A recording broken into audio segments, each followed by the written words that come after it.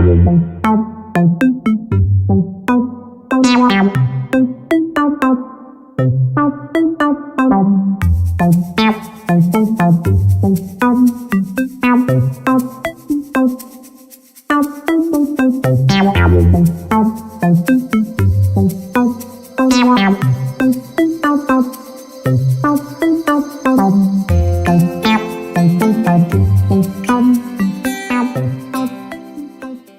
Early delivery के आपके question हो गए। अब 4 क्वेश्चन है लेट एक्सटेंशन वाले। देखो लेट एक्सटेंशन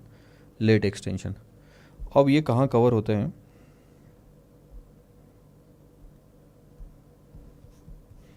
मैं समझाता हूँ आपको।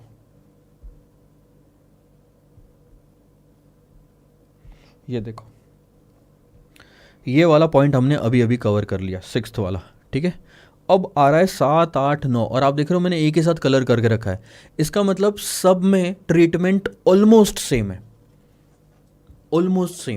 क्या है सर? सबसे पहली चीज तो समझो, अगर ड्यू डेट पे आप बैंक के पास नहीं पहुंचे, लेट डिलीवरी के केस में हम ये मान के चलेंगे कि अगर आप ड्यू डेट पे नहीं पहुंचे तो आपने कर दिया डिफॉल्ट।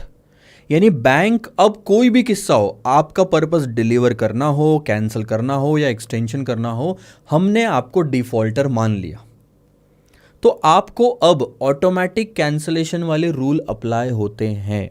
अब वो क्या है मैं बताता हूं, ठीक है। पंगा क्या हो गया मैं आपको बताता हूं। स्टार्टिंग में ही मान लो 2 कॉन्ट्रैक्ट कर रहे थे, अभी तक हमने देखते आया कि एक जब कस्टमर के साथ कॉन्ट्रैक्ट होता है तो बैंक खुद को भी कवर करती है इंटर बैंक मार्केट में। तो ड्यू डेट पे कस्टमर तो आया नहीं, लेट का मतलब ही यही हुआ कि कस्टमर ड्यू डेट पे नहीं आया। तो कस्टमर आया नहीं तो वो वाला कॉन्ट्रैक्ट तो हुआ ही नहीं, और वो कॉन्ट्रैक्ट दूसरे कॉन्ट्रैक्ट से जुड़ा हुआ था सर। इधर से खरीद के ही तो उधर बेचना था, या उधर से खरीद के इधर बेचना था। कहीं ना कहीं पंगे हो गए। इंटर बैंक मार्केट में जो कवर कॉन्ट्रैक्ट आपने कर रखा था वो तो ऑनर करना ही पड़ेगा, पर अब वो ऑनर किसके साथ करोगे? एग्जाम्पल के लिए बता रहा हूं, इंटर बैंक मार्केट में मान लो आपने प्रॉमिस किया कि हम आपको $1,00,000 बेच देंगे। क्यों? क्योंकि कस्टमर से आने वाले, पर कस्टमर ही नहीं आया उस दिन तो डॉलर आए नहीं। अब आप बेचोगे कैसे? स्पॉट में बाय करके, ठीक है। तो अब क्या हो रहा है, कवर कॉन्ट्रैक्ट जो है स्पॉट के साथ कैंसिल हो रहा है। एक चीज तो हो गई, इसमें होगा प्रॉफिट लॉस, वो रिकवर करना बनता है किससे? कस्टमर से, ठीक है। वो हो गया, दिन खत्म। पर उसी दिन आप एक और काम करोगे। आपको पता है कस्टमर आया नहीं, तो कस्टमर के साथ जो कॉन्ट्रैक्ट किया था वो भी आप स्वैपिंग करोगे। स्वैपिंग करोगे क्या मतलब है? उसको भी कवर करोगे कि अगर कस्टमर आया मान लो और उसे खरीदना है तो हमें देना पड़ेगा, उसके लिए वापस से आप एक और फॉरवर्ड बाय कर लोगे अगर उसे खरीदना है। तो अगर उसे बेचना है तो वो लेके हम मार्केट में बेच देंगे, उसके लिए फॉरवर्ड सेल ले लोगे।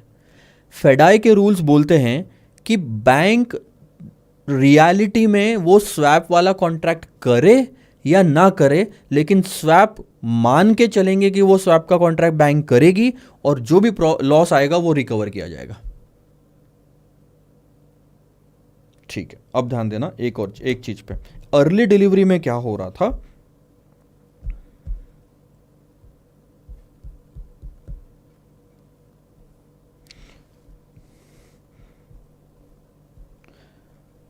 ये था कस्टमर के साथ वाला रेट अर्ली डिलीवरी में, और ये था कवर कॉन्ट्रैक्ट।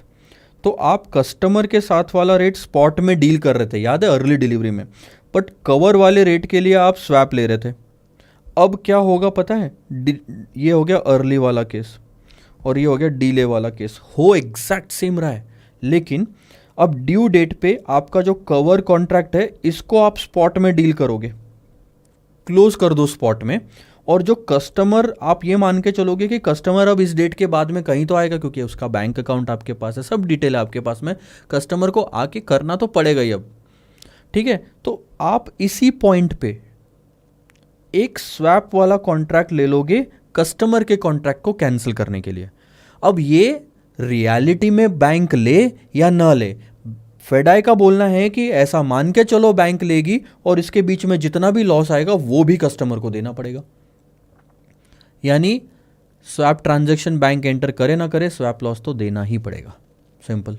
अब आप नोटिस करना एक चीज, अर्ली और डिले में क्या है, कस्टमर स्पॉट के साथ कैंसिल हो रहा था, अब कवर स्पॉट के साथ कैंसिल हो रहा है, और कवर स्वैप के साथ कैंसिल हो रहा था, अब कस्टमर स्वैप के साथ कैंसिल हो रहा है। एग्जैक्ट सेम, बस एक महीना आगे सरक गया, एक महीना मतलब एक डेट आगे सरक गया। एक और चीज का ध्यान रखना, ये तो हो गया स्वैप लॉस के लिए। एक और चार्ज यहां पे लग जाएगा कि कस्टमर का जो कॉन्ट्रैक्ट है वो भी हमको अलग से कैंसिल करना पड़ेगा जिस दिन कस्टमर आएगा। इसको मैं फिर से समझाता हूं, ध्यान देना।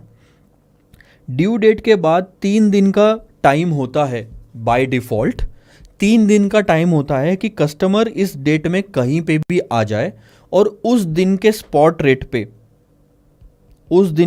रेट पे कस्टमर का साथ जो कॉन्ट्रैक्ट किया था वो कैंसिल करके कैंसिलेशन चार्जेस भी कस्टमर से लेंगे।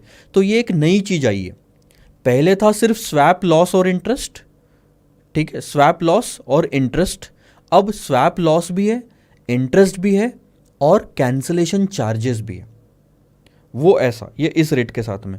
ये वाली बात समझो कि जिस दिन भी कस्टमर आएगा, पहले दिन आए, दूसरे दिन आए या तीसरे दिन आए, तीनों में से जिस दिन भी आया उस दिन का स्पॉट रेट के साथ कस्टमर का कॉन्ट्रैक्ट हम कर देंगे कैंसिल। लेकिन अगर कस्टमर चौथे, पांचवें, छठवें या और कोई भी दिन आया 3 दिन के बाद, तो ऑटोमेटिकली तीसरे दिन का रेट लगेगा कैंसिलेशन के लिए। यानी कि 3 दिन के अंदर या तीसरे दिन का जो भी अर्ली होगा, जो भी जल्दी होगा, वो दिन का रेट हम यूज करेंगे कस्टमर के साथ कॉन्ट्रैक्ट को कैंसिल करने के लिए। ठीक है, तो अब आपको यहां पे 3 चीजों का ध्यान रखना है। ये वाला अमाउंट, इन दोनों के बीच का जो डिफरेंस है, मैं जो ग्रीन पार्ट कर रहा हूं, वो यूज होगा इंटरेस्ट कैलकुलेट करने के लिए। इन दोनों के बीच का अमाउंट, स्पॉट और स्वैप जो है, ये 2 नए कॉन्ट्रैक्ट आपने किया, ये होगा स्वैप लॉस। और इन दोनों के बीच का डिफरेंस, कस्टमर और स्पॉट का, वो होगा कैंसिलेशन चार्जेस। ये 3 चीजें कस्टमर से रिकवर की जाएगी। एक और चीज का ध्यान दो, क्योंकि हमने उसको डिफॉल्ट डिक्लेयर कर दिया कि डिफॉल्टर है, फ्रॉड करा है, फ्रॉड तो नहीं, डिफॉल्टर है, तो ऐसे केस में अब अगर कोई गेन कस्टमर को होता हुआ नजर आता है तो गेन शेयर नहीं किया जाएगा। यहां पे इनफ्लो भी होगा तो इनफ्लो पे इंटरेस्ट नहीं दिया जाएगा। आउटफ्लो पे रिकवर जरूर करोगे, इनफ्लो पे इंटरेस्ट दोगे नहीं। लॉस जरूर रिकवर करोगे, गेन शेयर करोगे नहीं, क्योंकि डिफॉल्टर है। ये चीज का ध्यान रखना। तो यहां पे सिर्फ और लॉस ही आएगा कस्टमर को। इन केस में तो आपने देखा एक क्वेश्चन में गेन आया था 4000 समथिंग का, यहां पे नहीं आएगा। डीले के केस में आपको डिफॉल्टर कंसिडर किया जाता है और कोई गेन शेयर नहीं किया जाता। इसके अलावा जो चीज़ें यहाँ थी वो सब यहाँ पे है, सिर्फ एक चीज़ एक्स्ट्रा है, वो है कैंसलेशन। जो कस्टमर का रेट है, आप बोलोगे सर वो इसके साथ में तो कैंसिल हो गया, नहीं हुआ इसके साथ में कैंसिल। ये तो हम क्या कहते हैं, ये तो लॉस कैलकुलेट करने के लिए, भले ही कॉन्ट्रैक्ट ले ना ले, रिकवरी स्वैप लॉस के लिए कैलकुलेशन में आएगा, पर एक्चुअल में कैंसिलेशन कस्टमर के साथ ऐसा होगा, तो कैंसिलेशन चार्जेस भी देने पड़ेंगे। ठीक है, हम कुछ चीज़ें पढ़ लेते हैं इसके रिगार्डिंग, देखना इजी है। Late delivery, bank will treat the customer as defaulter in all the cases of late transaction. This means that only losses will be recovered but gains if any will not be shared with the customer. ठीक है, यानी cancellation loss हुआ तो recover करो, gain मत पे करो, share मत करो। स्वैप लॉस हुआ तो रिकवर करो, स्वैप गेन शेयर नहीं किया जाएगा। इंटरेस्ट ऑन आउटले है तो रिकवर करेंगे, इनफ्लो है तो नहीं रिकवर करेंगे। दिख रहा है आपको? In all the cases of late transaction, original contract will be cancelled at, ध्यान देना, जो ओरिजिनल कॉन्ट्रैक्ट है मैंने आपको बोला था, ये कैंसिल होगा एट द स्पॉट रेट जब कस्टमर बैंक के पास आया, या फिर spot rate of 3rd day after the due date. इन दोनों में से जो भी अर्ली हो रहा है इसको बोलते हैं ऑटोमेटिक कैंसिलेशन। अगर वो चौथे, पांचवें, छठवें दिन आया तो तीसरे दिन का रेट लगेगा। ध्यान देना, अगर वो पहले दिन आया तो पहले दिन का रेट लग जाएगा, दूसरे दिन आया तो दूसरे दिन का रेट लगेगा, तीसरे दिन आया तो तीसरे दिन का रेट लगेगा, चौथे दिन आया, 5वें दिन आया, 15वें दिन आया, 20वें दिन आया, तीसरे दिन का ही रेट लगेगा कैंसिलेशन के लिए। These cancellation charges will be recovered from customer gain any if will not be shared. Apart from the cancellation charges bank will also recover swap का loss, interest on outlay of funds. Due date पे bank will cancel the cover contract by entering into spot transaction. Simple सी बात है, क्योंकि cover contract तो पहले customer के साथ कैंसिल होने वाला था, वो नहीं हुआ, तो अब स्पॉट में कैंसिल करना पड़ेगा।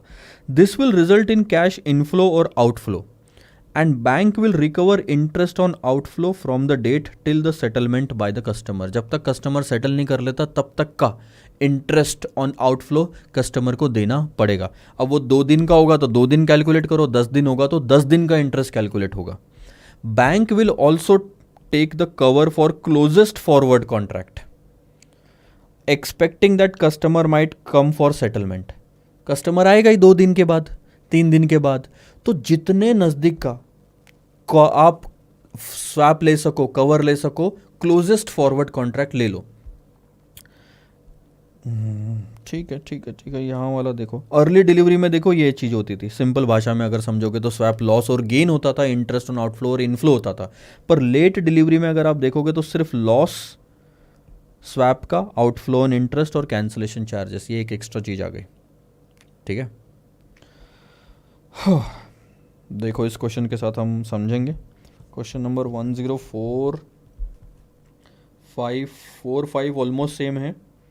मैं 4, 5 को छोड़ रहा हूँ और 6 और 7 को ले रहा हूँ, क्योंकि 6 और 7 थोड़ा इंटरेस्टिंग है। अच्छा, हम एक काम करते हैं, 3 क्वेश्चन ले लेते हैं, 5, 6, 7, उसके बाद तो ख़त्म ही हो जाता है ना। तो 5, 6, 7 लेना बनता है। आ जाओ, ये वाला देखो, क्वेश्चन नंबर 105। एक इम्पोर्टर है, ठीक है, इम्पोर्टर है, इसका मतलब उसको पैसे चाहिए तो उसने हमसे खरीदने का कॉन्ट्रैक्ट किया होगा, हम तो बैंक है तो हमने बेचने का कॉन्ट्रैक्ट किया होगा एज अ बैंक। तो ओरिजिनल कॉन्ट्रैक्ट है होगा 3 महीना या जो भी होगा, फॉरवर्ड सेल का, with is bank on 1 September for $5 lakh due on 1 फरवरी। सितंबर के बाद पूरा सितंबर, अक्टूबर, नवंबर, दिसंबर, जनवरी पूरा, यानी 5 महीने, सितंबर, अक्टूबर, नवंबर, दिसंबर, जनवरी, 5 महीने का कॉन्ट्रैक्ट है ये। ठीक है, 82.60 में। अब मुझे पता है कि अगर ये लेट है तो फिर मैं ऐसा टाइमलाइन बना लेता हूँ। ये ड्यू डेट है, ठीक है, और यहाँ पे वो आएगा किसी और डेट पे। कस्टमर के साथ में जो रेट करा था वो था कॉन्ट्रैक्ट 82.60, और उसको हम 82.60 में बेच देंगे तो हमको 82.60 मिलेंगे एज अ बैंक। ठीक है, ये था ओरिजिनल, और बैंक ने अपनी पोजीशन कवर कर ली इंटर बैंक मार्केट में 80.90, यानी 80.90 पे खरीद के 82.60 पे हम बेच देंगे। ठीक है, तो 80.90 में आप ड्यू डेट पे डॉलर खरीद लोगे 5 लाख, इसी दिन आप कस्टमर को बेच दोगे, ऐसा कॉन्ट्रैक्ट हुआ। एक्सचेंज रेट आपको दिए हुए हैं डॉलर के इंटर बैंक मार्केट में 1 फरवरी और 4 फरवरी के। देखो 3 दिन का ही गैप है इन दोनों के बीच में, क्योंकि इतने ही दिन मिलते हैं। 1 फरवरी ड्यू डेट थी, उसके बाद 3 दिन खत्म होते हैं 4 तारीख को। ठीक है, यह आज का स्पॉट रेट है, 1 फरवरी का स्पॉट रेट और 4 फरवरी का स्पॉट रेट, और फरवरी में आपको फरवरी एंड का फॉरवर्ड दिया हुआ है। ये जो स्पॉट बाय फरवरी लिखा है ये फॉरवर्ड है सर, फरवरी एंड का फॉरवर्ड है, मार्च, अप्रैल, मई। वैसे ही आपको 4 तारीख को फरवरी एंड, मार्च, अप्रैल, मई का फॉरवर्ड दिया हुआ है। हर दिन रेट्स बदलते हैं, तो मार्च के फॉरवर्ड का रेट 1 तारीख को कुछ और रहेगा, 4 तारीख को कुछ और रहेगा, ये चीज़ को समझो। ठीक है, एक्सचेंज मार्जिन है, क्योंकि यहाँ पे क्लियर लिखा है इंटर बैंक है, तो मार्जिन है 0.18% का। बिड में लगाओगे तो माइनस करना पड़ेगा, आस्क में लगाओगे तो ऐड करना पड़ेगा। मार्जिन है बिड और आस्क में ऐड होगा, बिड में माइनस होगा। इंटरेस्ट जो लगेगा वो है 15% का। इंपोर्टर ने रिक्वेस्ट किया 4 तारीख को, हो गया ना delay, for the extension of the contract with due date on 1 मई। ठीक है, 4 तारीख को वो 1 मई का कॉन्ट्रैक्ट लेना चाहता है, तो 4 तारीख वाले कॉलम में देखो मई का कॉन्ट्रैक्ट आ रहा है यहाँ पे। अब इसमें से बिड लोगे कि आस्क लोगे ये हम बाद में डिसाइड करेंगे। पहले तो 4 तारीख के पहले तो ड्यू डेट आएगी। अब कस्टमर को छोड़ दो, कस्टमर इस दिन नहीं आया, ये कंफर्म हो गया। आपने उस दिन 80.90 पे डॉलर खरीद लिए थे कस्टमर को देने के लिए, अब क्या करोगे, स्पॉट में बेच दो। इंटर बैंक मार्केट में ये आपका कॉन्ट्रैक्ट था फॉरवर्ड बाय का, इस कॉन्ट्रैक्ट के साथ कैंसिल होना था फॉरवर्ड सेल, तो अब आप उसको स्पॉट में सेल कर दो उन्हीं डॉलर्स को। आप बेचोगे दूसरी बैंक, किसको बेचोगे सर आप? इंटर बैंक मार्केट में।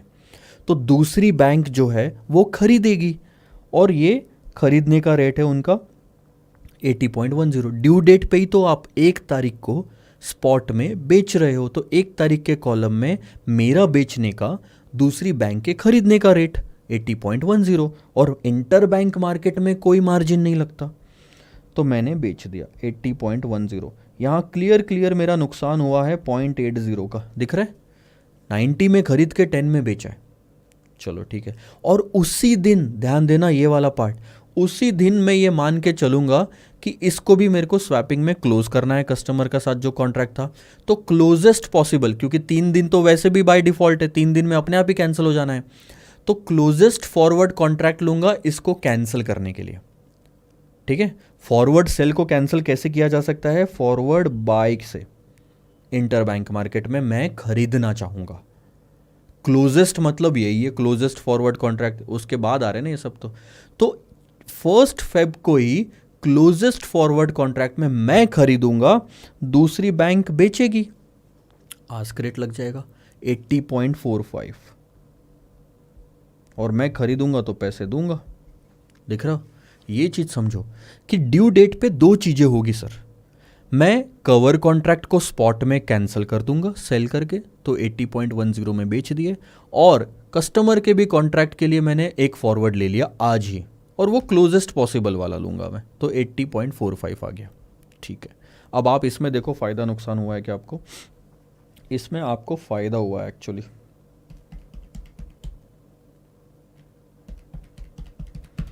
तकरीबन 2 रुपये 15 पैसे का, और आपका ओरिजिनल जो फ़ायदा होने वाला था 1 रुपये 70 पैसे का, वो भी तो लॉस हो गया ना 170 का। तो 3 तरह का लॉस है जो आप अब स्वैपिंग में कवर करोगे, एक ये और ये प्रॉफिट कितना आता है? 1 रुपये 70 पैसे 80 पैसे, टोटल मिला के 35 पैसे का आपका नुकसान आ रहा है। वो आप इन दोनों के बीच के डिफरेंस से आसानी से निकाल सकते हैं।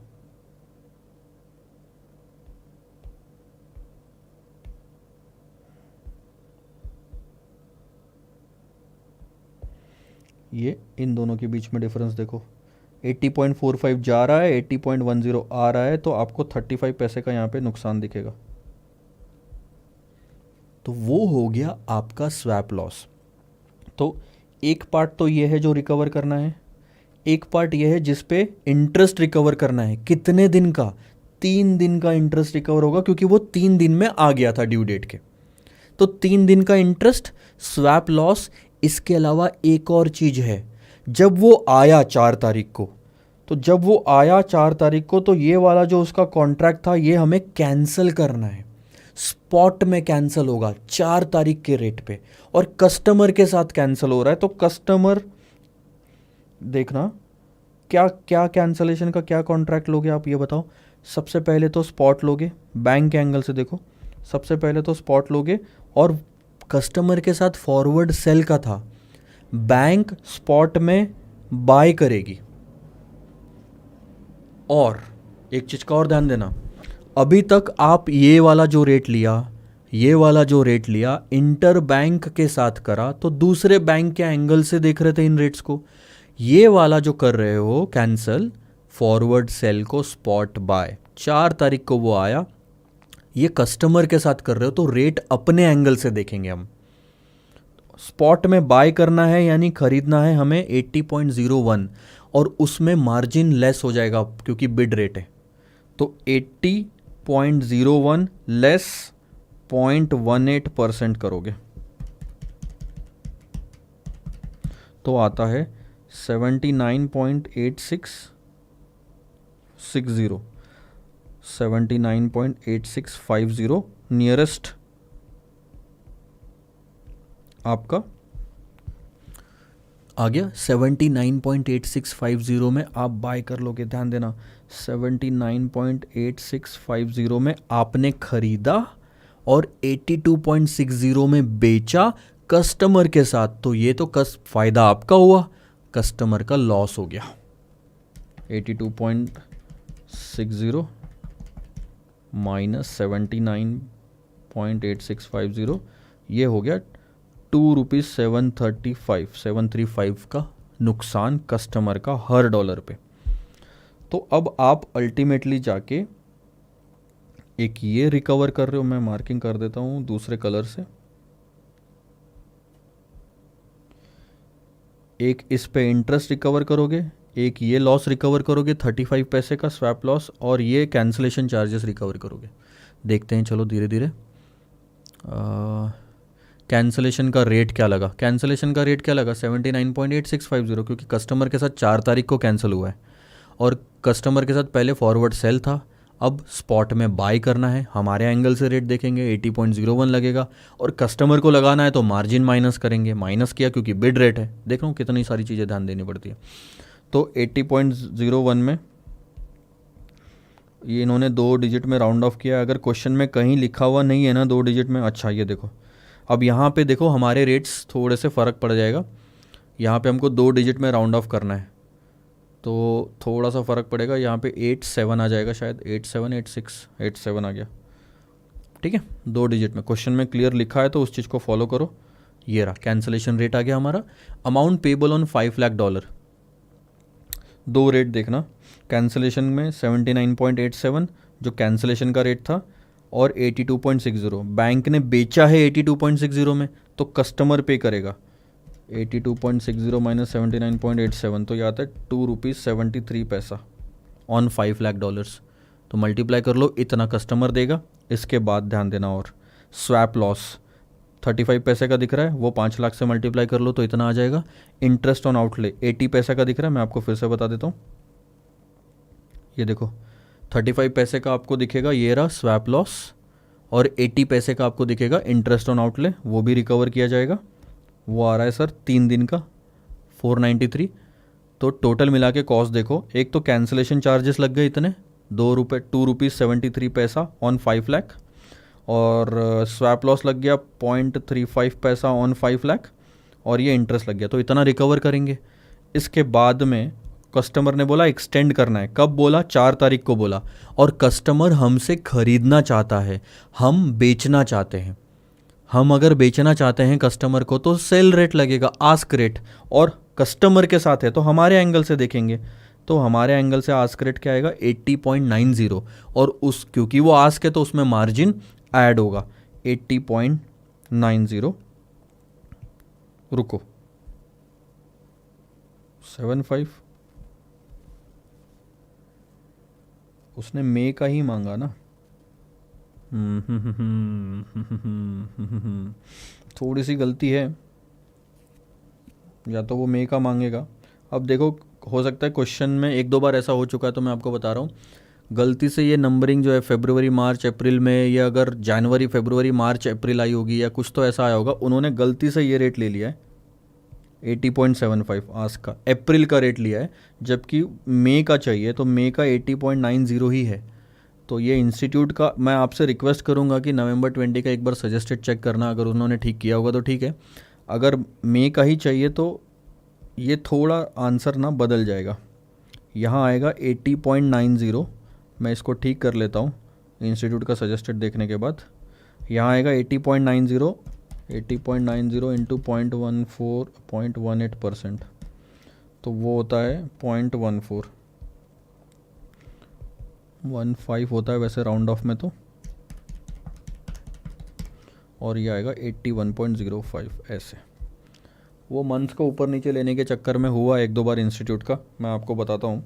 एक बार ये देखो, यहाँ भी अप्रैल में स्टार मार्क करा था इंस्टीट्यूट ने, और ये रहा, ये देखो, in question paper this month and consecutive months were mistakenly printed as previous months. तो ऐसा 1-2 बार हो चुका है जब आगे पीछे हो गए मंथ्स और उसके लिए ऊपर का रेट ले लिया नीचे का रेट लेने के बजाय, बट दैट्स ओके, आप करेक्शन कर लो अगली बार से तो भी आपको ध्यान में रहेगा। फर्स्ट मई बोला है तो ये रहा मई में 80.90 लग गया आपका, कहानी ख़त्म। हाँ, आप ये बिल्कुल मत मान के चलो कि 30 अप्रैल का होगा तो फर्स्ट में अगले दिन आता है, नहीं सर, ये वैसा नहीं रहेगा। फर्स्ट में है, मई का ही रेट लगेगा यहाँ पे।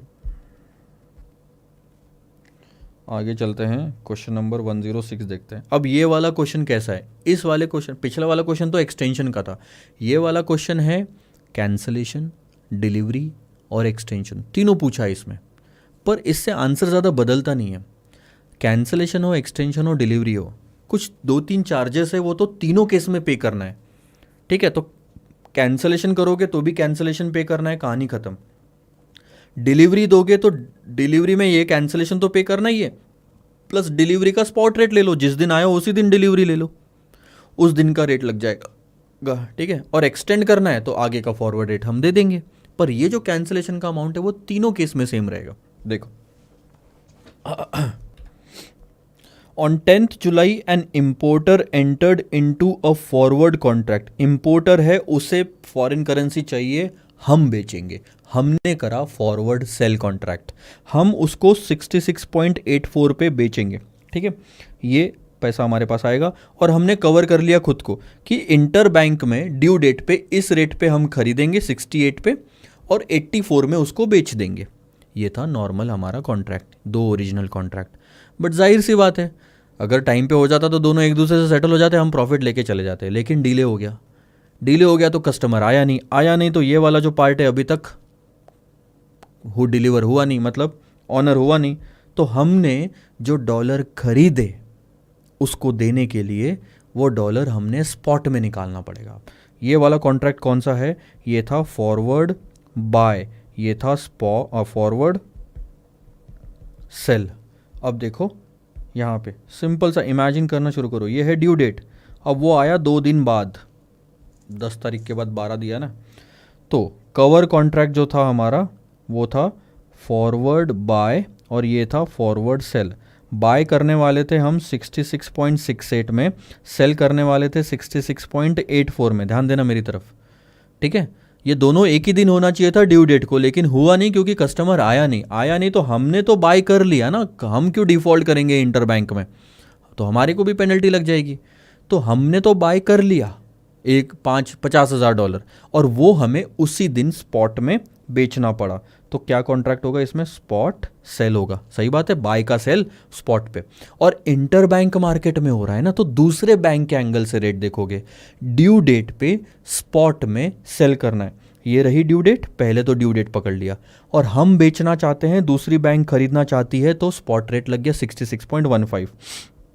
66.15। आप देख रहे हो क्लियरली, पैसा आ कम रहा है, जा ज़्यादा रहा है, तो ये हो गया 53 पैसे का नुकसान। इसके बाद हमने क्लोजेस्ट फॉरवर्ड कॉन्ट्रैक्ट लिया होगा इसको कैंसिल करने के लिए, स्वैप करने के लिए, मोस्टली ऐसा बोलो, 66.84।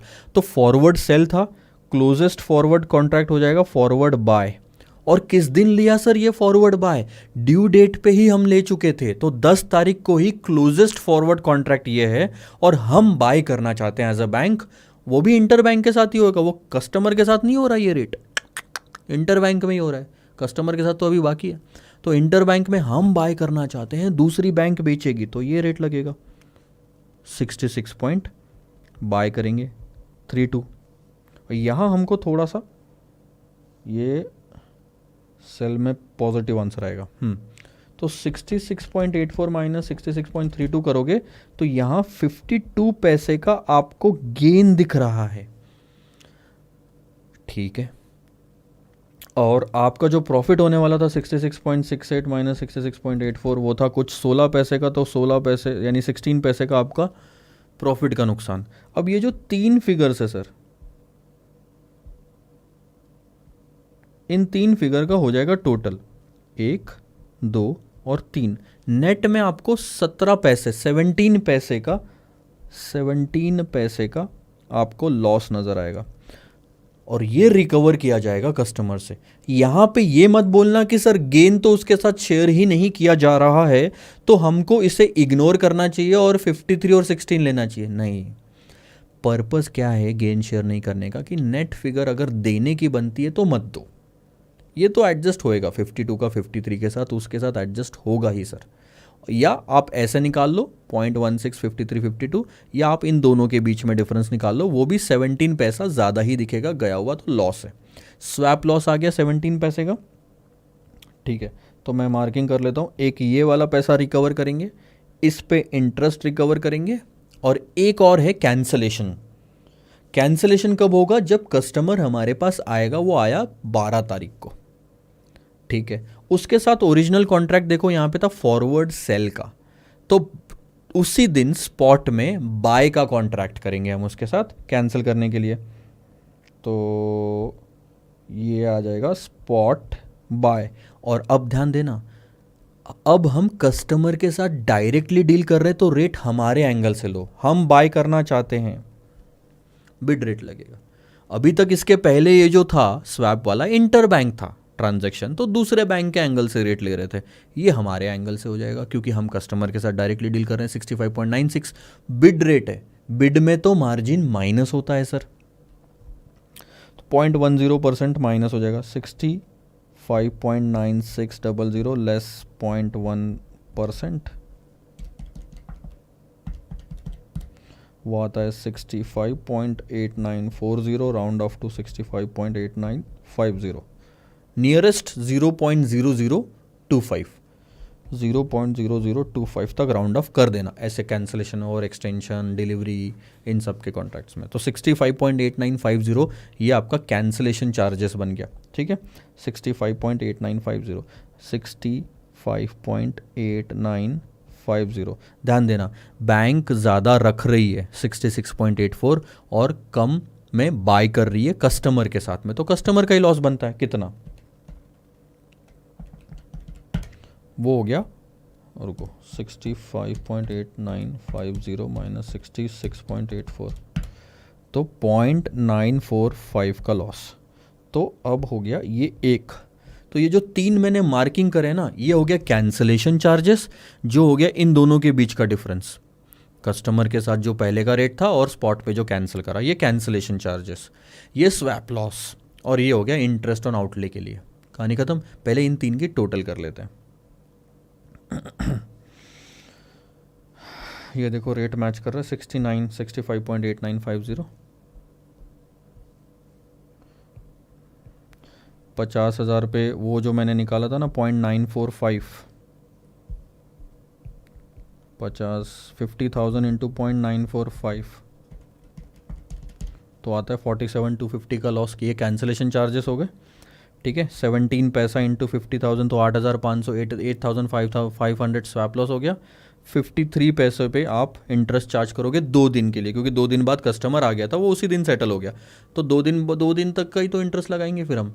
ठीक है, फिर 0.53 इंटू 50,000 इंटू 12% फॉर 2 डेज, तो टोटल मिला के ये कैंसलेशन हो गया 0.945 पर डॉलर का, 0.17 पर डॉलर का स्वैप लॉस हो गया, और इंटरेस्ट इतना हम उससे रिकवर करेंगे।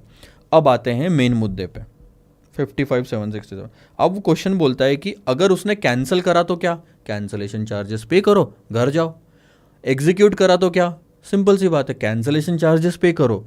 और एग्जीक्यूट करना मतलब उस दिन आपने रियलिटी में खरीदना, इंपोर्टर हो आप, हमसे खरीदना चाहते हो, हम आपको बेचेंगे।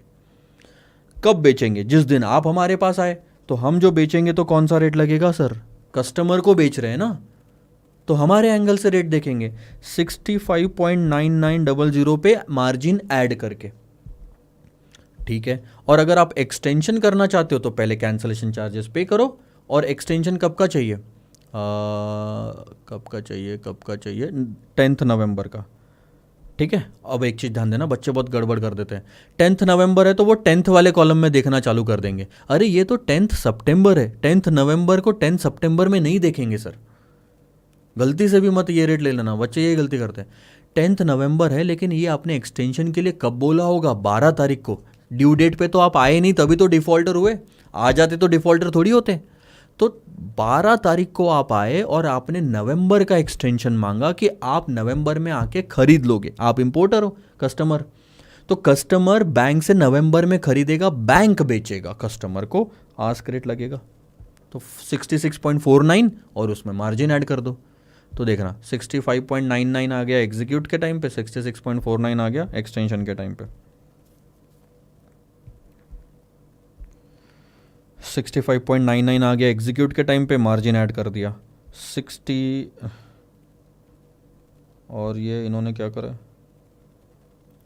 अच्छा ये वाला रेट तो डायरेक्ट ले लिया, इसका मैं कैलकुलेशन बताता हूँ। न्यू फॉरवर्ड रेट क्या था, 66.49, आस्क लगाओगे 66.49, उसमें 0.10% ऐड करेंगे तो वो आता है 66.5565, राउंड ऑफ करोगे 66.5575, ऐसे। तो दोनों में आस्क ही लगेगा, ये एग्जीक्यूट करना है तो आज का आस्क लग गया, एक्सटेंड करना है तो नवंबर का आस्क लग गया, दोनों में मार्जिन ऐड कर दिया। बट तीनों में एक चीज़ कॉमन है, कैंसलेशन चार्जेस जो आपको पे करने हैं। इसका मतलब एक चीज़ कंफर्म है, जो स्वैप लॉस निकाला, कैंसलेशन चार्जेस निकाला, इंटरेस्ट निकाला, वो तो आप मैटर ही नहीं करता कि आप क्या करना चाहते हो, कैंसल, एग्जीक्यूट या एक्सटेंड, वो तो पे करना ही पड़ेगा कस्टमर को। उसके बाद एग्जीक्यूट करना है तो कैंसलेशन के साथ में जो आज का रेट है वो ले लो। वो तो नॉर्मल केस में भी आज भी आप जाओगे तो आज का रेट लगेगा, कल का रेट चाहिए तो कल का रेट, ये तो नॉर्मल तरीका हो गया। मेन तो है कैंसलेशन वाला पार्ट। ठीक है सर, इस क्वेश्चन के साथ ये खत्म हो गया। अब 107th वाला क्वेश्चन देखो। 107th वाला क्वेश्चन एग्जैक्टली सेम है जो हमने 105 देखा, बस इसमें मैंने आपको क्या बोला था कि ड्यू डेट के बाद 3 दिन का टाइम मिलता है। ड्यू डेट के बाद 3 दिन का टाइम मिलता है, 3 दिन में आप आ गए तो उस दिन का रेट लग जाएगा। लेकिन अगर आप 3 दिन बाद नहीं आते, किसी दूसरे दिन आते हो, तो तीसरे दिन का रेट लगेगा कैंसलेशन के लिए, सिर्फ कैंसलेशन के लिए तीसरे दिन का रेट लगेगा। अब मेरे को एक चीज़ बताओ कि अगर आपको एग्जीक्यूट करना है तो आप उसी दिन का रेट लोगे जिस दिन आप आए। इंटरेस्ट जो कैलकुलेट होगा ड्यू डेट से, वो इंटरेस्ट कैलकुलेट होना चाहिए पूरा जितने दिन तक आए उतने दिन का। और आपको अगर एक्सटेंड करवाना है तो जिस दिन आप बोलोगे उसी दिन का तो हम फ्यूचर का रेट लेंगे ना, नवंबर, दिसंबर, अप्रैल, मई, जून, तो 14th को ही सिर्फ कैंसलेशन के लिए तीसरे दिन का रेट यूज होगा।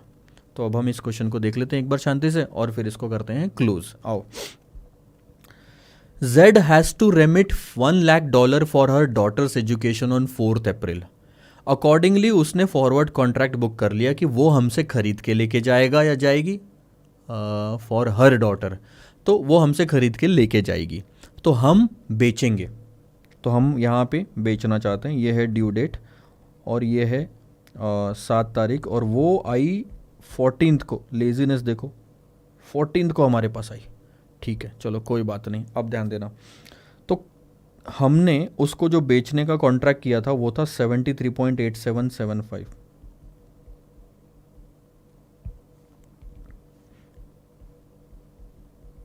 और हमने कवर कर लिया खुद को 73.7575 में कि मार्केट से खरीद के कस्टमर को इस रेट पे बेच देंगे और हम कुछ कमा लेंगे। कितना? सिर्फ 12 पैसे, 12 पैसे कमाने का हमारा हर डॉलर पे इरादा था कॉन्ट्रैक्ट। तो $1 lakh पे कितना होता? 12,000 रुपीज़। अब एक्सचेंज रेट आपको 4th, 7th और 14th अप्रैल के दिए हुए हैं। मार्जिन आपको 0.10% दिया है। हमेशा याद रखना, मार्जिन बिड में लेस होगा और आस्क में ऐड होगा। ठीक है, तो और एक चीज़ याद रखना, ये रेट जब भी आप लोगे तो अगर हमारी बैंक दूसरे बैंक के साथ में अगर डील कर रही है तो इसके एंगल से रेट लेना है, और हमारी बैंक अगर कस्टमर के साथ में डील कर रही है तो हमारे एंगल से रेट लेना है। तो देखो, इस केस में मैं बाय करना चाहता हूँ, दूसरी बैंक बेचना चाहती है, तो आस्क रेट आ जाएगा। इस केस में मैं बाय करना चाहता हूँ तो बिड रेट आ जाएगा। बस ये फ़र्क है, दोनों में मैं बाय करना चाहता हूँ लेकिन यहाँ आस्क और यहाँ बिड लग रहा है क्योंकि व्यू बदल जा रहा है। ठीक है, अब क्योंकि वो लेट आया, वो आया 14th को, पर 3 दिन ख़त्म हो चुके थे। ओरिजिनल कॉन्ट्रैक्ट उसके साथ जो था वो मैं लिख देता हूँ। ओरिजिनल कॉन्ट्रैक्ट था फॉरवर्ड सेल का, कवर कॉन्ट्रैक्ट था फॉरवर्ड बाय का। ठीक है, पहली चीज़ पूछ रहा है क्वेश्चन, कैंसलेशन रेट बताओ। कैंसिल तो होगा, देखो कितना, 7 तारीख के रेट से, 3 दिन ख़त्म हो चुके थे।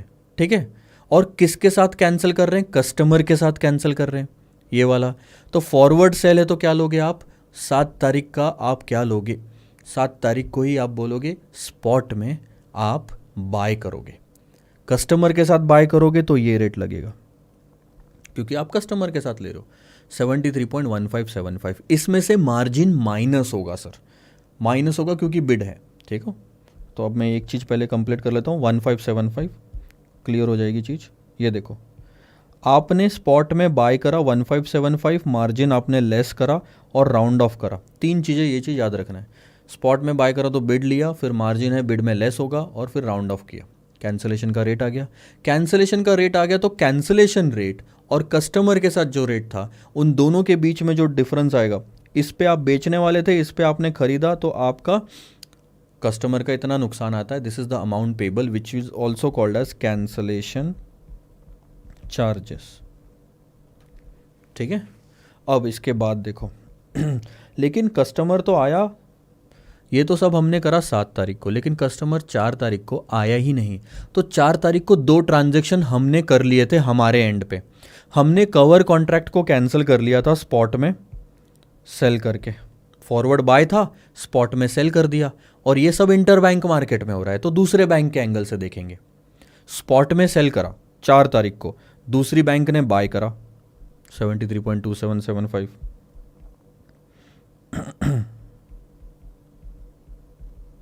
और क्लोजेस्ट पॉसिबल हमने फॉरवर्ड ले लिया था इस चीज को स्वैप करने के लिए, वो था फॉरवर्ड सेल। हमने करा होगा फॉरवर्ड बाय इंटर बैंक में, हमने बाय करा, दूसरी बैंक ने बेचा 73.4275, 73.4275। बस इन दोनों के बीच का डिफरेंस देख लो, आपको लॉस ही आ रहा है।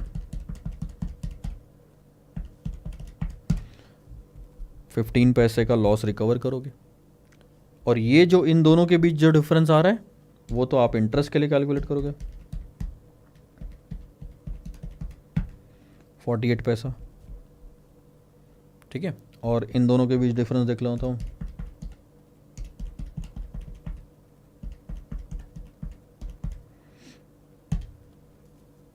ये तो फ़ायदा आया 45 पैसे का, ये लॉस है। तो ध्यान देना, एक जो हमारा प्रॉफिट का नुकसान हुआ वो रिकवर करेंगे, ये भी नुकसान रिकवर करेंगे, और ये एडजस्ट हो जाएगा। तो ये 3 पैसे ही बचा यहाँ से, 3 और ये 12 पैसे, टोटल आ गए 15 पैसे। आपको समझ आ रहा है ना कि इन दोनों के बीच में भी अगर आप डिफरेंस ले लेते हो तो भी सब कुछ कवर हो जाता है, सब कुछ। जो प्रॉफिट का नुकसान हुआ, ड्यू डेट पे स्पॉट में सेल करा, और क्लोजेस्ट फॉरवर्ड कॉन्ट्रैक्ट लिया, तो 2-3 चीज़ें हैं जो हमने रिकवर करनी। एक तो स्वैप लॉस रिकवर करेंगे 15 पैसे का, इस पे इंटरेस्ट रिकवर करेंगे, और कैंसलेशन का तो हम ऑलरेडी देख चुके हैं, कहानी खत्म। ये स्वैप लॉस हो गया, इस पे इंटरेस्ट रिकवर करा। हाँ, अब आती है बारी एक और चीज़ की। ये हो गया, ये हो गया, ये हो गया। नया कॉन्ट्रैक्ट का रेट क्या है? देखो, नया कॉन्ट्रैक्ट यानी कि फिर से आप खरीदना ही चाहते हो तो बैंक बेचेगी, लेकिन आप किस दिन दोगे? 14th को दोगे, 14th को आप एक्सटेंड करोगे, 14th को। और नया कॉन्ट्रैक्ट किस दिन? 14th जून तक का चाहिए, तो जून तो ये रहा। 14 अप्रैल को आपने बोला कि जून में एक्सटेंशन चाहिए, तो अप्रैल में ही तो लोगे, डेट तो पुरानी जा चुकी है। और वो खरीदेगा, आप बेचोगे 73.7050, उसमें मार्जिन ऐड करोगे क्योंकि आस्क रेट है। 73.7050 मार्जिन ऐड करा, राउंड ऑफ करा। राउंड ऑफ करना मत भूलना।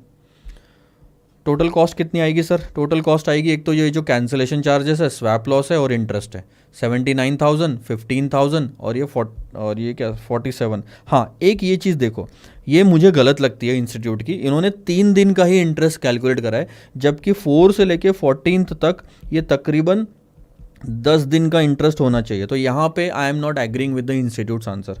बाकी इंस्टीट्यूट का इंतज़ार करना पड़ेगा अब आंसर के लिए, मतलब अगर वो कुछ अपडेट करते हैं तो।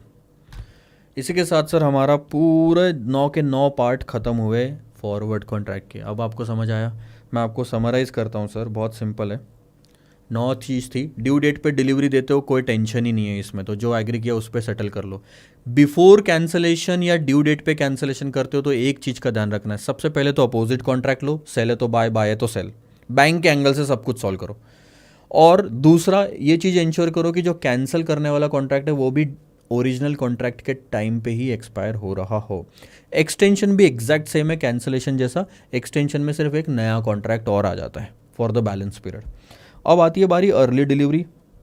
अर्ली डिलीवरी में दो चीज़ें आती है, स्वैप लॉस और गेन, इंटरेस्ट ऑन आउटफ्लो और इनफ्लो ऑफ फंड्स, इतना आपको उसमें कंसिडर करना पड़ता है। तो वो जो स्वैप लॉस एक फिगर निकालते हैं उसमें सब कुछ आ जाता है। लेट एक्सटेंशन में भी स्वैप लॉस आता है, गेन नहीं आता, इंटरेस्ट ऑन आउटफ्लो आता है, इनफ्लो नहीं आता, और कैंसिलेशन चार्जेस भी आता है। कैंसिलेशन जो चार्जेस थर्ड वाला पार्ट है उसकी एक कंडीशन है कि ड्यू डेट से 3 दिन के अंदर अगर कस्टमर आ गया तो वो दिन का रेट लगेगा, अदरवाइज वो बाद में कभी भी आए तीसरे दिन का ही रेट लगेगा। कहानी खत्म। और फिर आप एक्सटेंड कराओ, डिलीवरी दो या फिर कैंसिल करो, पूरे चार्जेस तो आपको पे करने पड़ेंगे। यानी पुराना कॉन्ट्रैक्ट तो कैसे भी करके कैंसिल होना ही है और सारे चार्जेस आपको पे करने हैं। इस केस में क्योंकि आपको डिफ़ॉल्टर माना जाता है, इस केस में बैंक स्वैपिंग करे ना करे चार्जेस ज़रूर कलेक्ट किए जाएंगे उससे स्वैपिंग के। इसके साथ सर आते हैं लास्ट वाले टॉपिक पे। एक ब्रेक लेता हूँ, ब्रेक के बाद आऊँगा और आपसे डिस्कस करूँगा कि नोस्त्रो वोस्त्रो और लोरो अकाउंट क्या है। टोटल मिला के 2 से 3 क्वेश्चन है जो हमको सॉल्व करने हैं, और थर्ड वाला क्वेश्चन थोड़ा सा समझने वाला रहेगा, बाकी सब आसान है sir. See you after the break. So welcome back, और लास्ट वाला टॉपिक शुरू करते हैं सर, नोस्त्रो वोस्त्रो और लोरो। सबसे पहली चीज़ तो वो नोस्ट्रो नहीं है, वो स्ट्रो नहीं है, और लोरो है। नोस्त्रो वोस्त्रो और लोरो। अब ये क्या होता है सर? कितना इजी कॉन्सेप्ट है समझने के लिए कि ये देखो, ये एक तरह से बैंक अकाउंट है। सबसे पहली चीज़ तो आप समझो कि ये है बैंक अकाउंट, ठीक है,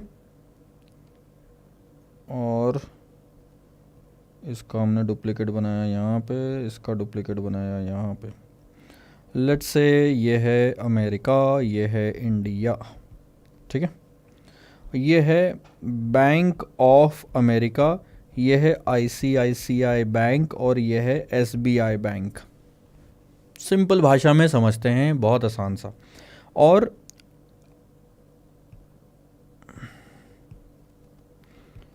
यहाँ पे ये वाला, ठीक है, हाँ, ये एक बैंक अकाउंट है। जो आपको ये सर्कल दिख रहा है ना ग्रीन वाला, ये है अकाउंट। तो सबसे पहली चीज़ तो ये बताओ कि ये कौन से बैंक में है। ऑब्वियस सी बात है, ये बैंक ऑफ अमेरिका में है। दूसरी चीज़, ये किसका अकाउंट है सर? ये अकाउंट है ICICI का।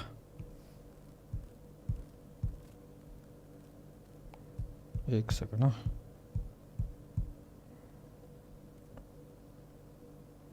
ये ICICI बैंक का अकाउंट है, ठीक है।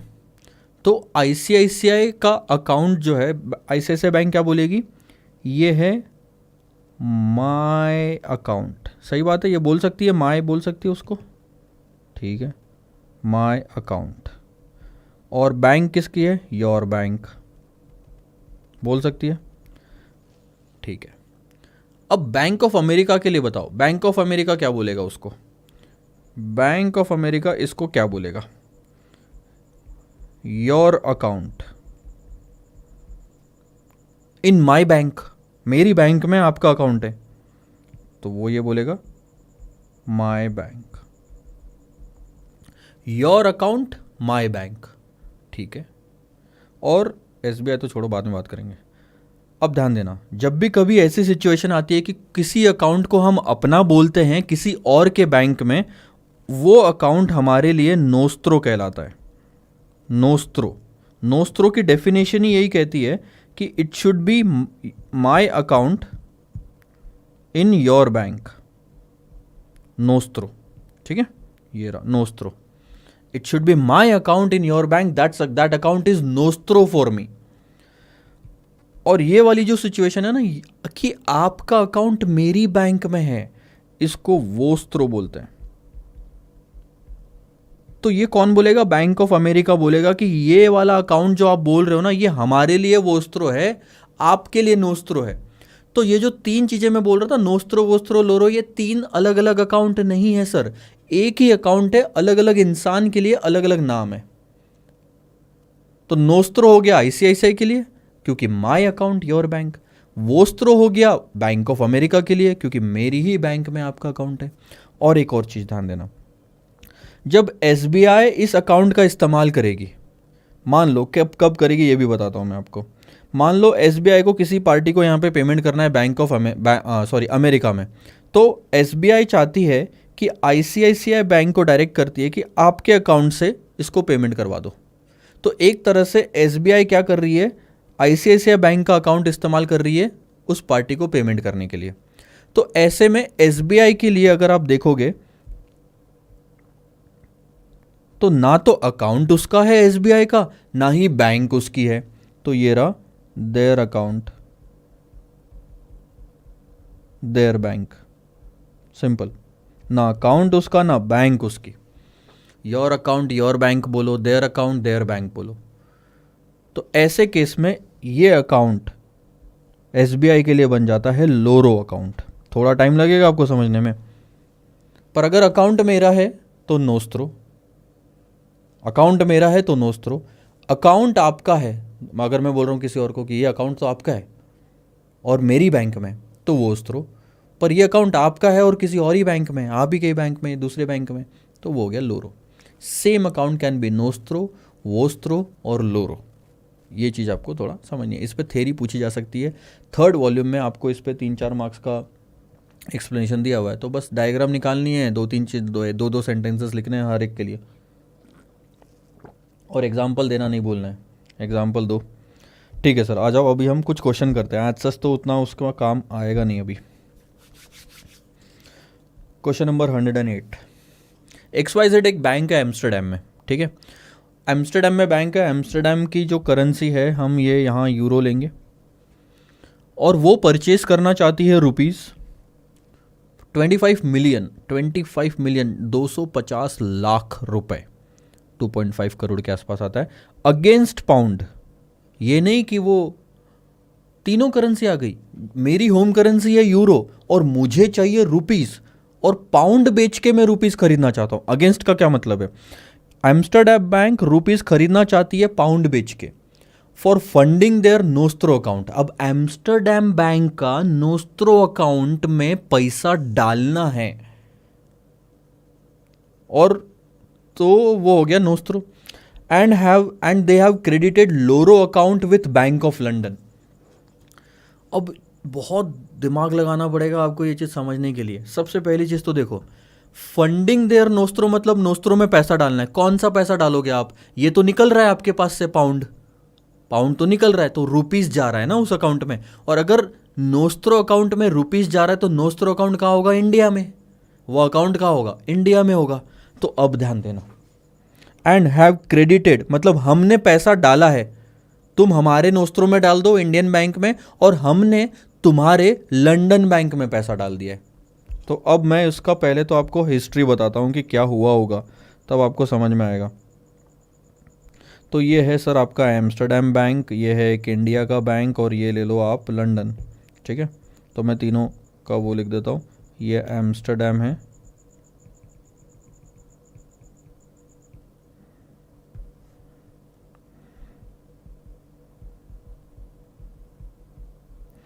ये इंडिया ले लो, और ये लंदन ले लो, ठीक है। या दिल्ली लिखना है दिल्ली लिख लो, अब सब सिटीज़ ही लिखना है तो ठीक है।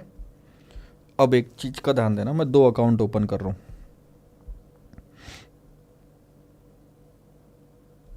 एक ये अकाउंट है और एक ये अकाउंट है,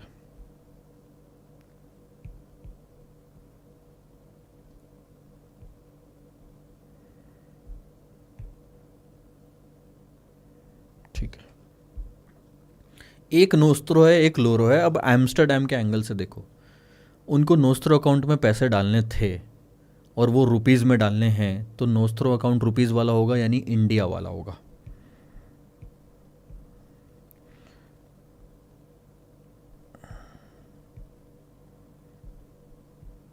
एम्स्टर्डम के लिए दिस इज नोस्त्रो, ठीक है।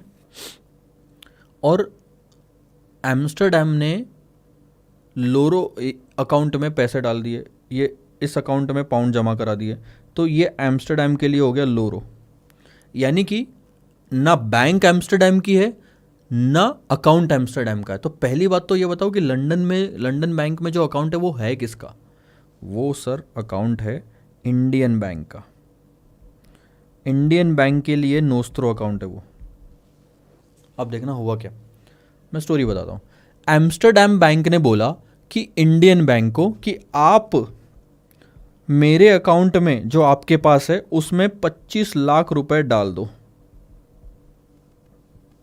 मैं ढंग से बताता हूँ, ट्रांसफ़र होते हुए दिखना चाहिए ना। मैंने इंडियन बैंक को बोला कि आप 25 लाख रुपए उसमें डाल दो। अब इंडियन बैंक बोलेगी ऐसे कैसे डाल दे आपके अकाउंट में 25 लाख रुपए? तो एम्स्टरडेम बैंक ने बोला कि हम आपके नोस्त्रो, हमारे लोरो, आपके नोस्त्रो में पाउंड डाल देते हैं, ये लो। तो इंडियन बैंक के लिए देखो, इंडियन बैंक के लिए ठीक है, उनको इंडियन बैंक को भी पैसे मिल गए अपने ही अकाउंट में पाउंड में, तो इंडियन बैंक उन दूसरों के अकाउंट में 25 लाख रुपए डाल देगी। इंडियन बैंक को एक हाथ से पैसा मिला पाउंड में, दूसरे बैंक से पैसा गया रुपीज में, कहानी खत्म। एम्स्टरडेम बैंक को भी देखो अपने अकाउंट में पैसा मिल गया 25 लाख रुपए जो कि इंडियन बैंक के साथ में है, और उन्होंने लंदन बैंक में पैसा डाल दिया, तो कहानी खत्म। एम्स्टरडेम ने पैसा पाउंड दिया, रुपीज लिया, इंडिया ने रुपीज दिया, पाउंड लिया, अलग अलग अकाउंट में। तो बस यही बात है कि ये जो 25 लाख रुपए एम्स्टरडेम बैंक खरीदना चाह रही है, ये 25 लाख रुपए, इसका सेटलमेंट इंडियन बैंक का दूसरे अकाउंट में हुआ है। तो इंडियन बैंक को मिल गया है वो पैसा, लेकिन किसी और करेंसी में मिला है, पाउंड में। अब 25 लाख दे के आप बोलोगे डिपॉजिट कर दो, इससे अच्छा 25 लाख रुपए आप डिपॉजिट कर दो, हम किसी और अकाउंट में आपके डिपॉजिट कर देते हैं।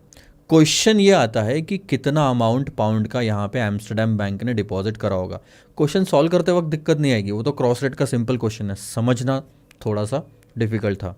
तो समझा आपको क्या हुआ? एम्स्टरडेम बैंक यहाँ बैठे बैठे बोल रही है उस अकाउंट में 25 लाख डालो, मैं इधर पाउंड डाल देता हूँ, कहानी खत्म। अब यहाँ पे बिड आस्क है क्या, पहले तो ये देख लो, अगर नहीं है तो कहानी खत्म। है बिड आस्क तो है। तो अब देखो क्रॉस रेट लेना है। अब आप थोड़ा सा ध्यान देना, आपको रुपीस खरीदने हैं सर, आपको रुपीस खरीदने और उसके लिए पाउंड कितने देने पड़ेंगे ये रेट निकालना है। तो आप एक सिंपल सा काम कर सकते हो, रुपीस को बेस करेंसी बना लो, क्वेश्चन को सिंपल रखो। तो हम निकालेंगे एक ऐसा रेट जहां पे पाउंड पर रुपी, ठीक है, कि हमको रुपीस खरीदने के लिए कितना पाउंड लगे। हम रुपीस खरीदना चाहते हैं तो दूसरी बैंक बेचेगी, ये हो गया आस्क का रेट, ठीक है। अब इसका मतलब आस्क ऑफ क्या आ जाएगा, पाउंड पर डॉलर, डॉलर है इस क्वेश्चन में, और दूसरा आ जाएगा आस्क ऑफ डॉलर पर रुपी।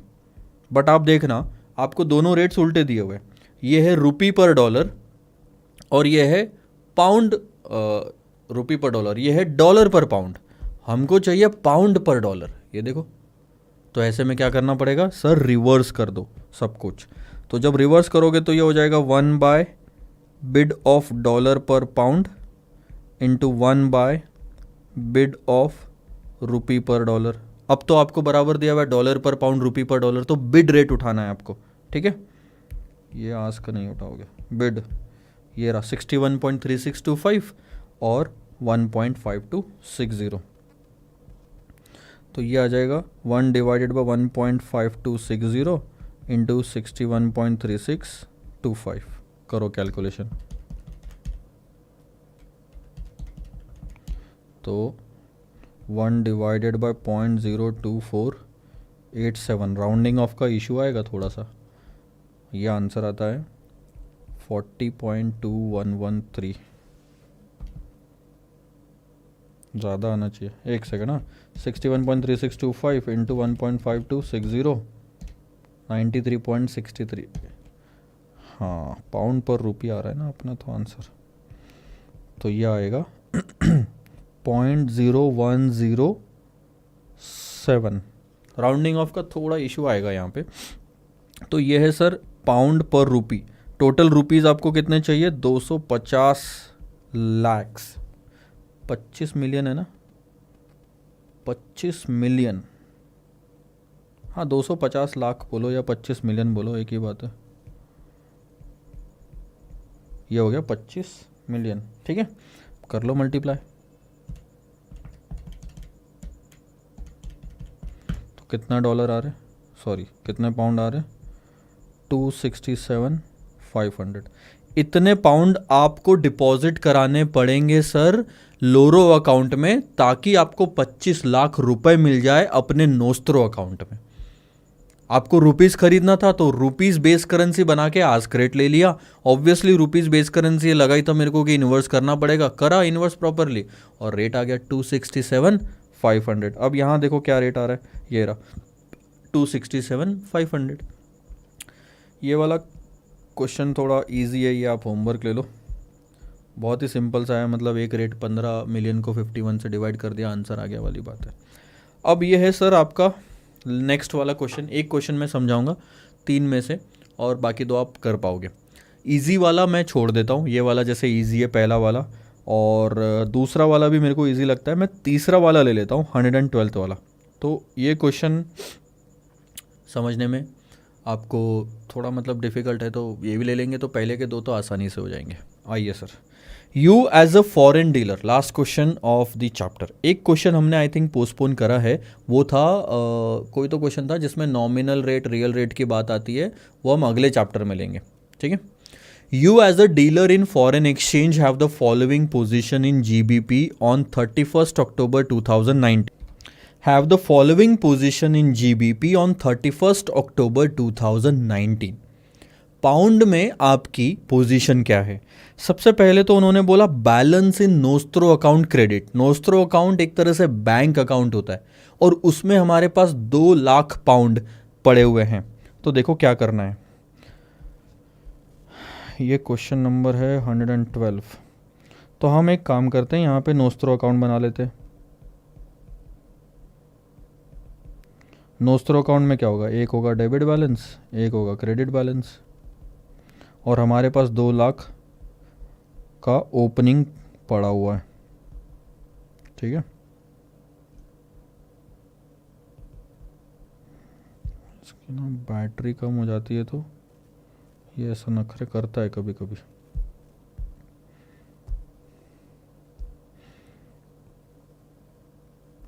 ठीक है, तो 2 लाख का क्रेडिट पड़ा है, हमने लिख लिया।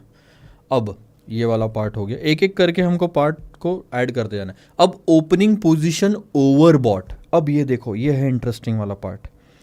ये हम यहाँ लेते हैं स्टेटमेंट, इसका क्या नाम देंगे हम, statement of position in foreign currency या GBP। तो अभी सिर्फ GBP के बारे में ये स्टेटमेंट है। ये स्टेटमेंट आपको बताएगा कि आपकी पोजीशन क्या है, परचेज पोजीशन, सेल पोजीशन। अब यहाँ मैं लिख देता हूँ ओपनिंग ओवरबॉट। ओवरबॉट का मतलब क्या है, खरीदा, एक्स्ट्रा का खरीदा हुआ रखा है हमारे पास 1 लाख का। आप बोलोगे कि सर खरीदा तो इधर क्यों नहीं ऐड कर रहे हम। ये पोजीशन ओवरबॉट का मतलब ही यही हुआ कि जैसे एग्जांपल मैंने फॉरवर्ड में बाय कर लिया 2 लाख, तो फॉरवर्ड में 2 लाख का खरीदा मतलब मैंने वादा किया है कि मैं 2 लाख पाउंड खरीदूंगा आगे जाके, आज तो नहीं खरीदा ना, तो मेरी पोजीशन तो बाय की क्रिएट हो गई है। पैसा नहीं आया तो नोस्त्रो अकाउंट में नहीं आएगा।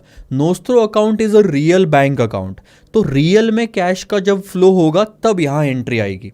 बट यहां तो सिर्फ पोजीशन क्रिएट हुई है कि फ्यूचर में वो पैसा आएगा मेरे पास में, फ्यूचर में आएगा तब हम ले लेंगे।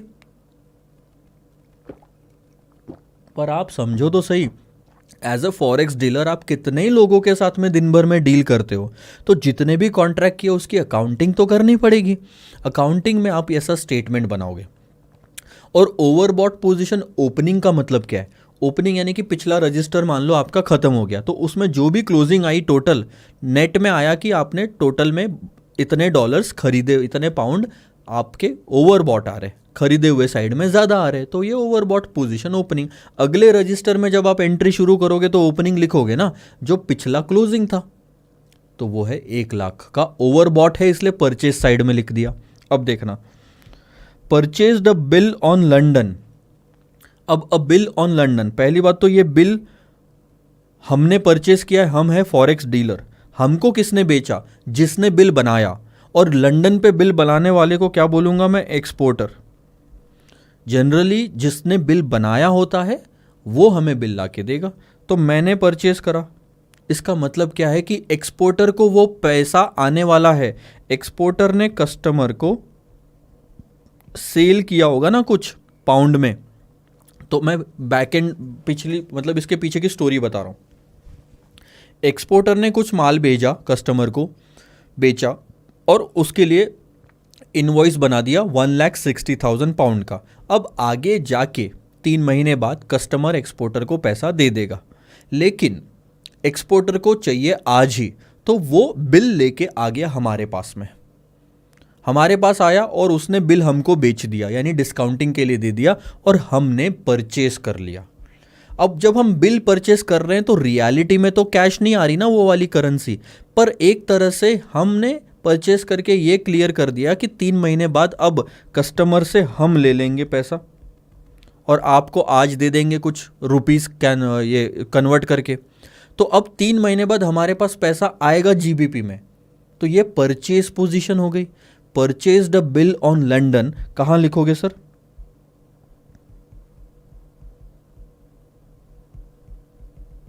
ये लिखोगे परचेस वाले कॉलम में 1,60,000, क्योंकि आपकी फ्यूचर में पोजीशन क्रिएट हो गई है जीबीपी खरीदने की।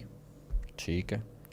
सोल्ड फॉरवर्ड टीटी, ध्यान देना, बेचा तो है आपने लेकिन आज नहीं बेचा। फॉरवर्ड मार्केट में ऑनलाइन ट्रांसफर करने का आपने वादा किया है। सोल्ड फॉरवर्ड टीटी, ये तो क्लियर समझ में आता है कि हम बेच रहे हैं। कितना है? 1,20,000। तो 1,20,000 हम कहाँ लिख देंगे? सेल वाले कॉलम में। अच्छा, उसके बाद फॉरवर्ड परचेस कॉन्ट्रैक्ट कैंसल्ड। अब देखो, फॉरवर्ड परचेस किया होगा तो परचेस के कॉलम में लिखा होगा पहले, कभी 1 महीने पहले, 1 हफ्ते पहले। पर वो कॉन्ट्रैक्ट अब कैंसिल हो गया तो कहाँ लिखोगे? देखो, कभी भी ये नहीं होता कि जाके आप कैंसिल हो गया तो वहाँ की लाइन को आप ऐसे कैंसिल ऐसे ऐसे काट दोगे। ऐसे काटा नहीं जाता सर, गलत तरीका है वो। एंट्री को डिलीट नहीं किया जाता, एंट्री के अगेंस्ट में नई एंट्री करी जाती है ताकि इम्पैक्ट नील हो जाए। तो हम क्या करेंगे? फॉरवर्ड परचेस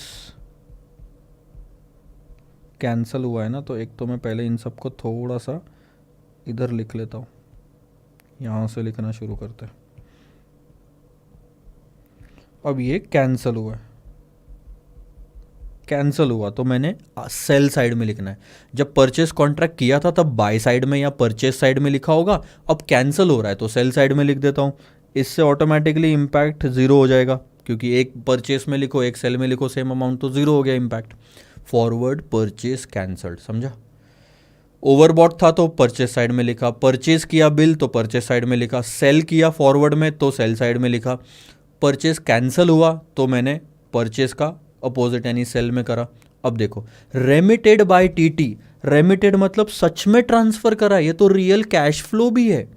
फॉरवर्ड कहाँ लिख रहा है आपको? यहाँ पे कहीं फॉरवर्ड में हुआ होगा या आगे जाके ट्रांसफर करना है, नहीं, आज मैंने ट्रांसफर कर दिया 1,50,000। देखो, कर दिया तो पोजीशन तो बनेगी कैसे भी करके 1,50,000, बट इसका एक इम्पैक्ट अब नोस्त्रो अकाउंट में भी जाएगा, क्योंकि आपने सच में ट्रांसफर करा है, खाली पोजीशन क्रिएट करके नहीं छोड़ी। तो रेमिटेड बाय टीटी में 1,50,000 1,50,000 आपके जीबीपी जो है वो डेबिट हो जाएंगे, यानी आपके अकाउंट से कम हो जाएंगे। चलो आगे, ड्राफ्ट ऑन लंदन कैंसल्ड। अब ये थोड़ा सा समझना पड़ेगा। लंदन पे पहले आपने ड्राफ्ट बनाया होगा, लंदन का मतलब जीबीपी, एक तरह से इसको जीबीपी मानो। कोई तो आपने पहले जीबीपी का ड्राफ्ट बना के अपने कस्टमर को दिया होगा, ठीक है। अब आपको पता है इंस्टीट्यूट, आपको खैर नहीं पता होगा, पहले क्या होता था, इंस्टीट्यूट के नाम से ड्राफ्ट बनाते थे, फीस वगैरह पे करना है तो क्या होता था, जैसे मैं हूँ ये, ठीक है, और ये बैंक है, तो मैंने बैंक को पहले रुपीज़ दिए कैश में, उनके ब्रांच में जाके, वो मुझे ड्राफ्ट बना के देती थी उतने ही पैसों का, चार्जेस वगैरह अपना काट के। तो इसका मतलब जो ड्राफ्ट उन्होंने बना के दिया एक तरह से वो मॉनिटरी आइटम हो गया, इंस्ट्रूमेंट हो गया। इस ड्राफ्ट को मैं अगर प्रेजेंट करूंगा तो उसकी कैश में वैल्यू है। तो बैंक ने एक तरह से दूसरे फॉर्म में वो रुपीस बेच दिए मुझे। मैंने तो असली फॉर्म में रुपीस दिए, बैंक ने मुझे दूसरे फॉर्म में रुपीस बेच दिए। पर ये तो ड्राफ्ट है, ये जब इंस्टीट्यूट के पास ड्राफ्ट पहुंचेगा, इंस्टीट्यूट उसे क्लियर करवाएगी, तब बैंक अकाउंट में उनके पैसे ट्रांसफर होंगे। तो रियल में पैसा तो तब होगा जब ड्राफ्ट क्लियर होगा। तो ड्राफ्ट इशू करने का मतलब बैंक के एंगल से बैंक पैसा बेच रही है। तो जब आपने ड्राफ्ट इशू किया जीबीपी का, इसका मतलब आपने एक डॉक्यूमेंट दे दिया इतने इतने जीबीपी का, वो एक मॉनिटरी इंस्ट्रूमेंट हो गया। तो इसका मतलब आप फ्यूचर में इतना पैसा आपने बेच दिया, आपके अकाउंट से निकल जाएगा। पर वो ड्राफ्ट जब बनाया तब आपने इशू के टाइम पे कहाँ एंट्री ली होगी? सेल में ली होगी, क्योंकि आपके अकाउंट से जीबीपी देना है। ये देखो, यहाँ देखो, ये बैंक से पैसा जा रहा है, ड्राफ्ट देना जीबीपी देने के बराबर है। पर वो अब हो गया कैंसल। तो सेल का क्या करोगे आप? परचेस में लिखोगे इसको। जब इशू करा तब आपने सेल में लिखा, और अब कैंसल करा है तो आप परचेस में लिखोगे। Draft on London cancelled, cancel हुआ तो आप परचेस साइड में लिख के उसको क्लोज करोगे 60,000। ठीक है, अब कर लो टोटल।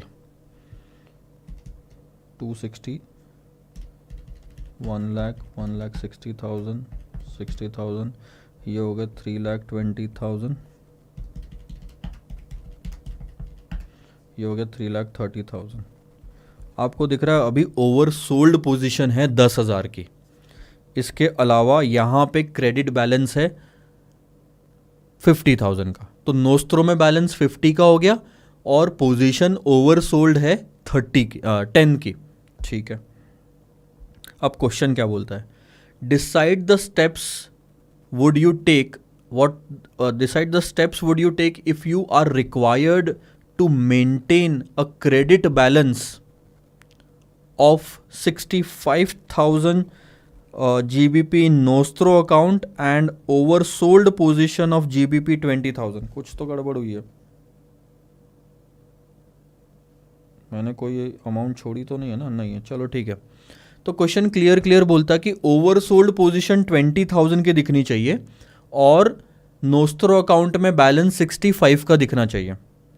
अभी बैलेंस है 50 का जिसको 65 करना है, अभी बैलेंस है 10 का जिसको 20 करना है, और ये ओवरसोल्ड है, ओवरसोल्ड ही चाहिए। तो नोस्ट्रो अकाउंट में 50 का बैलेंस है, बताओ 65 कैसे करोगे उसको? बहुत सिंपल है सर, स्पॉट में बाय कर लो। स्पॉट बाय कितना डिफरेंस? 15,000 का।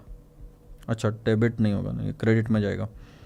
15,000 का आप जीबीपी स्पॉट में बाय कर लो। तो अब अगर आप देखोगे तो क्लोजिंग बैलेंस आएगा 65,000 का, जो आप डेबिट साइड में लिखोगे, और इस तरह से 2,15,000 का टोटल और 2,15,000 का टोटल मैच कर जाएगा। पर एक दिक्कत हो गई, पता है इससे?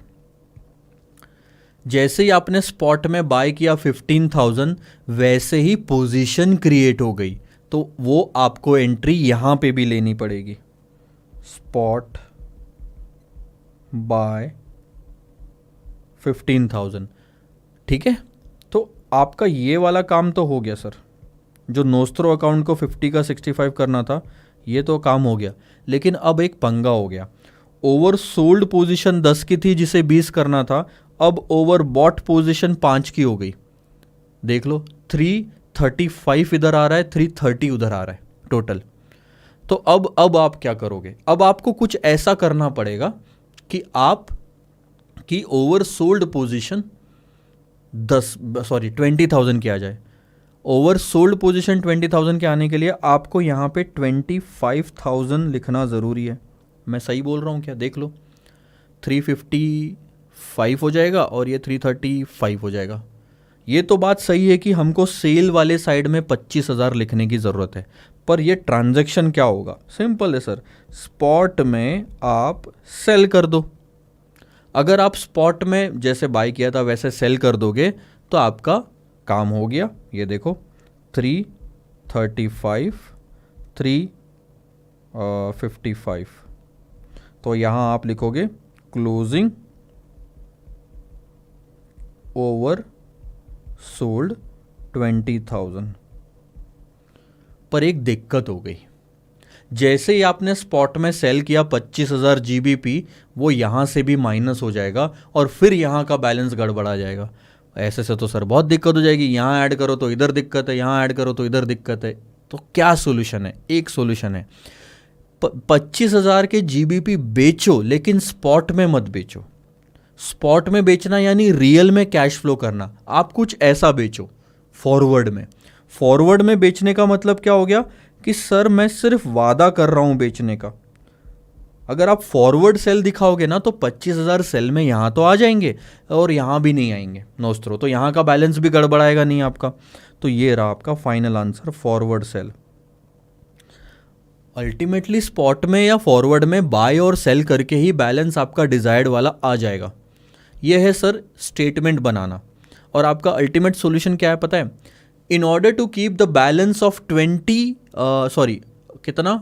65,000, in order to keep the balance of 65,000 in Nostro account, we will have to buy spot GBP 15,000. In order to keep a balance of oversold कितना इसमें 20,000, we have to sell forward 25,000.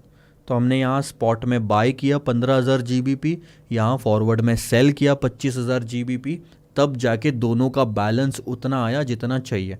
आपको एक चीज़ यहाँ से समझनी चाहिए कि ऐसा कोई भी यहाँ पे ट्रांजैक्शन मत करना अब कि वो नोस्त्रो को भी इम्पैक्ट डाले, क्योंकि यहाँ का बैलेंस भी बिगड़ जाएगा। तो फॉरवर्ड में अगर कुछ होता है तो वो यहाँ आता है स्टेटमेंट में, वहाँ नहीं आता। लेकिन स्पॉट में अगर कुछ होता है तो वो दोनों जगह आता है। क्वेश्चन में हमें बस नोस्त्रो अकाउंट और स्टेटमेंट बनाना था। तो जितना डिटेल थी हमने पहले लिख ली, क्लोजिंग बैलेंस निकाला और फिर देखा कि डिजायर्ड क्लोजिंग बैलेंस के लिए हमें आज क्या करना पड़ेगा। देखो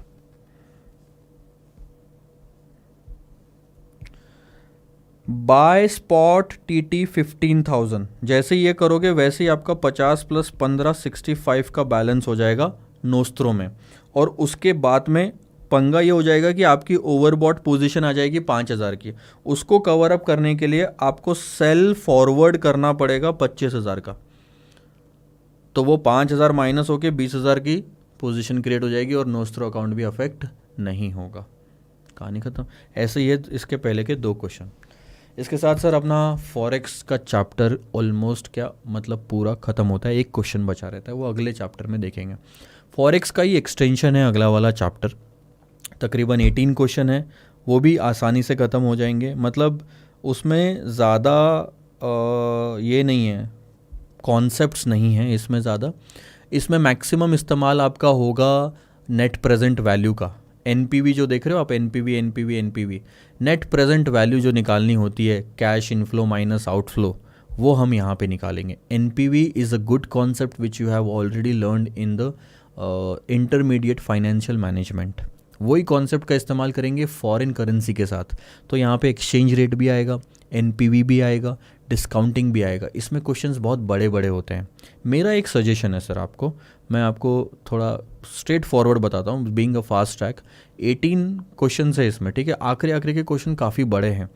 जो ये छोटे वाले क्वेश्चन है ना, GDP छोटे वाले स्टार्टिंग के जो 8-9 क्वेश्चन है, वो तो बहुत इंपॉर्टेंट है, कर भी लेना।